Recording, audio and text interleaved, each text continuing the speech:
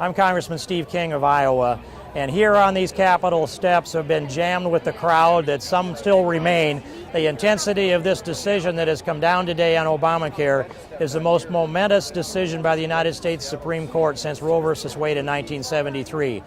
The intensity here of people that came from all over the country to be here at this moment to hear a decision that most of them believed would come down on the constitutional side of Obamacare being unconstitutional.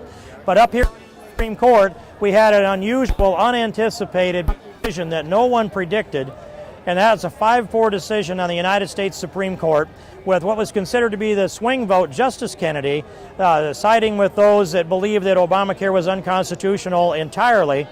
And instead, Chief Justice Roberts wrote an opinion that sided with the liberal members of the court that concluded that Obamacare is a tax and that Congress has the authority to impose a tax on people in this country for not purchasing a product that was produced or approved by the federal government. That ruling will stand, of course, because it is the Supreme Court's decision. But the result of it is now that the federal government has the authority, according to the Constitution, to require us to purchase a product, and if they can commandeer part of our paycheck by doing that, say 20% to pay your health insurance premium, then they can also commandeer 25% or 50% or even 100% of your paycheck. As was said in the deliberations before this court, if they can require you to buy health insurance, they can require you to buy broccoli.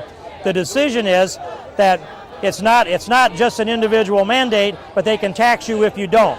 If the Supreme Court can tax you if you don't, then this becomes a decision made that needs to be made over here, no longer on my right in the Supreme Court, but over here across in the United States Congress. This battle now has just shifted from the Supreme Court to the United States Congress, to the United States Capitol, where we know that if American liberty and American destiny is to be achieved and realized, we've got to protect the meaning of the Constitution. We take an oath to uphold it too. We will bring up the full 100% repeal of Obamacare. We're going to move this battle over here this way. And when we do that, there has to be an intervening election to be successful in the full 100% repeal of Obamacare.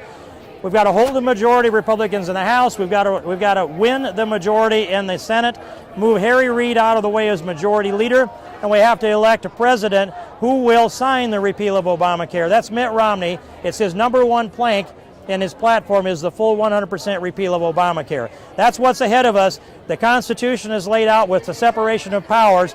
This court has ruled. I disagree with their conclusion. I have not yet read their rationale, but I know what our job is. It's the full 100% repeal of Obamacare, and the election to November will pivot on this issue that was decided in this court today.